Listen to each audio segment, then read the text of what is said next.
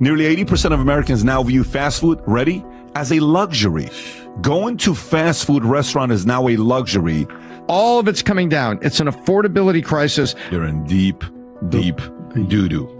Mortgage rates are doomed to stay above 7% for the foreseeable future. Federal Reserve unlikely to raise rates before September. Housing market analysts expect mortgage rates to remain above 7% for the most of 2024. Fannie Mae predicts the 30-year mortgage rate to reach 7.1 the upcoming quarter, significantly higher than the previous 6.4, while Freddie Mac's baseline scenario includes one rate cut towards the end of the year. Wow, Freddie Mac is now only thinking one, but maintains elevated mortgage rates throughout. Rising inflation caution Fed policies have led to revised forecasts for borrowing costs. Freddie Mac's chief economist, Doug Duncan, noted, we see rates remaining closer to 7% through the end of the year. The market has reacted to discouraging consumer price index reports, complicating the outlook for potential buyers and sellers. High mortgage rates have disincentivized homeowners from selling, as many are locked in rates below 4%. And this is connected to this morning, Cash Kari, my favorite guy with the Fed, actually, because I think he's pretty balanced, but he's been out there talking. He was on CNBC this morning. He's out of the Fed Bank in Minneapolis. And he basically points out and says, listen, we need to see a lot more positive inflation data before we cut rates this summer. So what does that mean for you and me? What that means for you and me, here's what it means, America. It means that between now and the end of the year, 7 to 6.75%, meaning at the end of the year, 6.6, 6.75. That's what it's going to be about the end of the year. And at the end of next year, looking at like 6. So when they say 7% for the foreseeable future, it's probably 7% through third quarter and maybe get a little cut. And then it's not going to be dramatic, Pat. It's going to be like 6.75. That's where it's going. And so if you're going to buy a house and then you're thinking you're going to refi 6 months later, no, you'll probably refi 2 years later. So that's what I think people should look at when you're making your personal plan. If you can afford that house and you can afford the payment and you can afford 6.75, that's what you're going to have toward the end of this year. And it's probably going to be 2 years before you get cuts to a point where you can make a refi that 2 years. 2 years. Yeah. So you're taking 2026. Correct, because the end of next year, they're only looking at 6% mortgages. And this is all the people that are out there. Say Trump gets elected. What do you think is the likelihood of him firing Powell and replacing him? Powell's been such a lightning rod. Remember, he's elected to a term. So would Trump invoke authority and then get him not elected to his next term? I think Trump's going to look for a new Fed leader. Yes. So coming into Trump's midterm election, he would have an opportunity to change the Fed chair. So he's staying till 2026. Okay. So when you look at this, then you going back and you saying the fact that it's probably going to stay around the 6s, even in 2025, seems very reasonable. So if you got a 6.75 or a 7 this year, 24, 2 years from now, probably a 5.5, 5 3/4, and you can refi it. 5.5. You're not thinking we're seeing 4s in a while. No. Mm-hmm. Okay, I agree. I don't maybe think a 5 for really good credit, and you buy half a point. That kind of a deal. For sure, but 4.5, that's not coming anytime soon. Those are the days of what we had in the past. Yeah, I agree with you. But now watch this. Here's the crazy part: housing prices hits another record high as affordability crisis deepens. So rates are remaining high; they're not dropping. But affordability crisis deepens because prices are not going down. Housing prices hits a new record with the median U.S. households hits $387,600, a 4% increase from the previous year, according to Redfin, despite a slight dip in mortgage rate, 7.02. Monthly mortgage payment remains as high as $28.54. That's the average mortgage payment. Elevated mortgage rates and high home prices have been keeping some buyers on the sideline this spring. You think that they've been sitting on the sidelines? The affordability crisis is driven by years of underbuilding, a rise in mortgage rates, and expensive construction materials. This has created a golden handcuff effect where homeowners with low mortgage rates from the pandemic rate, reluctant to sell, further limiting supply. Move-up buyers feel stuck because they're ready for their next house, but it just doesn't make financial sense to sell with the current interest rates. He's right. Like with anything, it depends on who you are in the situation. Because the story here right below that, the baby boomers are approaching peak burden of the economy.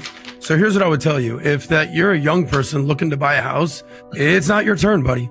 What's the reason? Supply and demand. The story right here basically said housing prices hit another record high as affordability crisis deepens. Listen, when you're going to buy something, you have to ask yourself, is it cheap or is it expensive?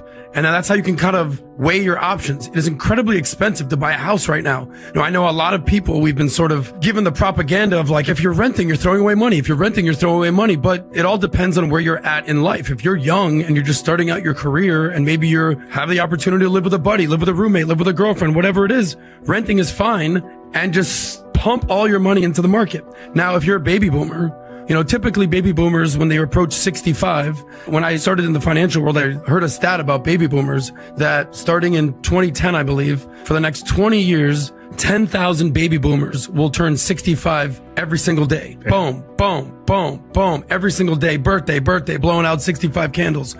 So here's the deal. Usually, typically, as they retire, they downsize. Their kids are out of the house. They're like, all right, forget it. We're moving to Florida. The reality is at this point, since COVID and since these interest rates, they're not going anywhere.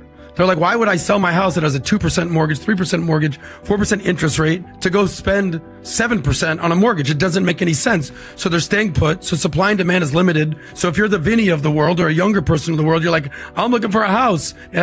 Too bad. Now, what I would tell the mortgage brokers out there and the realtors out of the world, here's a little advice to you guys. Here are 3 words that made me a lot of money. When you're calling on people and you're calling on potential clients, here are 3 words you could use to pique someone's interest. Things have changed, because when things change, people feel motivated to do something. Right now, what's happening in the economy with the mortgage rates and everything that's going on, it's status quo. So if you're out there being like, how can I make some money? How can I basically deliver a different message to the consumer, to my client? Let them know that things have changed, whatever it is. And even if it's that they have to refinance in a few years, that's something that can change. But for me, like the average person, Tom, is listening, home ownership, dream, investment. Should I get into one? Should I not get into one? The slow play, history of rate of return in real estate. I think that the stock market is double whatever real estate is. Okay, but so I think real estate is around 5%, and I think the stock market is around 10%. Watch this. In the 30s, real estate dropped 1.2, stock down. So that's obviously Great Depression, 0.9, that decade. Yep. Cash 1, bonds 4, gold 5.3, inflation minus 2%. So it's the opposite. 40s, stock 8.5. Real estate 8.1, so they're about the same. Inflation 5.4. 50s, stock 19.5%. Vinny, this is good for you to see. Real estate 3, inflation 2.2. The difference between real estate and stock, look at that, 16.5% above real estate. Gold's only 1%. 60s, 7.7. Real estate 2.2, so 5.5 above. Inflation 2.5. 70 stocks 5.9. Real estate beats. And that's because of boomers are becoming in their mid-20s, 1946. Yeah, that's cause of boomers are buying houses now. So 8.7, 5.9%. Look at gold. That's when Nixon, we went off the gold standard, so 29%. Inflation 7.4. 80 stock market 17.3. Real estate 5.9. So the difference is what? 12%. Inflation 5.1. 90s 18% to 2.7 in real estate. Yep. 2.9. 2000 stock drops. Okay, this is the 2008 debacle. So -1. Real estate 4%, and then inflation 2.6. 2010 13.4 to 3.8. 2020s 11.9 to 10.2, which is about the same. But if you look at this is what I want you to think about. Real estate's only had a -1% decade once. Okay. Stocks has had it twice, but look what it is. It's not anything crazy. It's 0.9 and it's 1%. So you're not losing money in the stock market over a decade. But look how many double-digit real estate has versus the stock market. Stock market has 1, 2, 3, 4, 5 double-digit. Real estate only has 1. So why am I showing you this? Reason why I'm showing you this, Tom, right before we got started with the podcast, you said with the reports being said that the S&P is about to get to what? Yeah, UBS came out and said that they're going to put a target forecast at 5,600. They think that the forces on the stock market are good, even though the consumer can feel bad. So while real estate is not showing any kind of optimism on what could happen with it, stock market's about to go to 5,600. So if the stock market's about to hit 5,600, where's S&P at right now? When I say stock market, I mean S&P. Go show up what S&P's at 5,000 right now? 5,300. Okay. So it's going to go up another 300 points. 300 points on 5,000, 5,300 is what? 7%, let's just say 6%, 5.8% is what it is. So if we go to real estate, the difference with real estate, where the real estate investor is going to make the argument, is the following. in order to buy stocks, I'm putting $100,000 of my money in there where I'm competing on, if the market does 10%, I make 10% on what? $100,000, which is what? $10,000. But if I use $100,000 to buy a property, I'm buying how big of a property? A $500,000 house, let's just say, or condo, right? Yeah. So 100,000, I'm pretty much margin, not necessarily, but I'm using debt. So my 100,000 on a $500,000 house, now I'm paying a loan on $400,000. Let's just say I'm paying $3,500 a month, $3,000, $3,500 a month, whatever the number is, right? So watch this. If that $500,000 property in 2 years goes to 550, okay, now I got what? 50,000. So 50,000 on the original 100,000 is what? 50%. But that 50,000, when you choose to sell, you're going to have to pay what? 4% commissions, give or take, on $600,000. So $600,000, 4% commission is what? $24,000. So your 50,000, 24 is gone for what? Fees. Yep. You net 26 over 2 years. So it's really 13% per year, not even considering the upkeep that you have, right? Of course. So that's the argument real estate's going to make versus the stock market. But at the same time, the problem with some people that are making that are just waiting for real estate, they're not getting involved in what's going on with the market today. They're missing out on NVIDIA. They're missing out on a bunch of AI stocks. They're missing out on not being a small cap, mid cap. The other day, I'm at the Goldman Sachs event. Very interesting, Tom. Very interesting. The family, everybody that has sold a bit, was 60 families there. Minimum net worth to be in that room was $1 billion. Okay. And the high was $30 billion. Incredible things to learn. One of the guys gets up there and says the craziest thing. They said, who's your, how do you feel about the future of the stock market? He says, oh, I fully believe the market's going to do very well. He says, based on whose analysis? He says, because the number one analyst in my life for the last 45 years is my grandmother. He says, excuse me? He says, yeah, my grandmother. Why? My grandmother's 99 years old, and she still tells her stockbroker and her financial advisor, I only want to buy growth stocks. Wow. Think about She's in that. her 90s. Did you understand, Tom, what happened right there?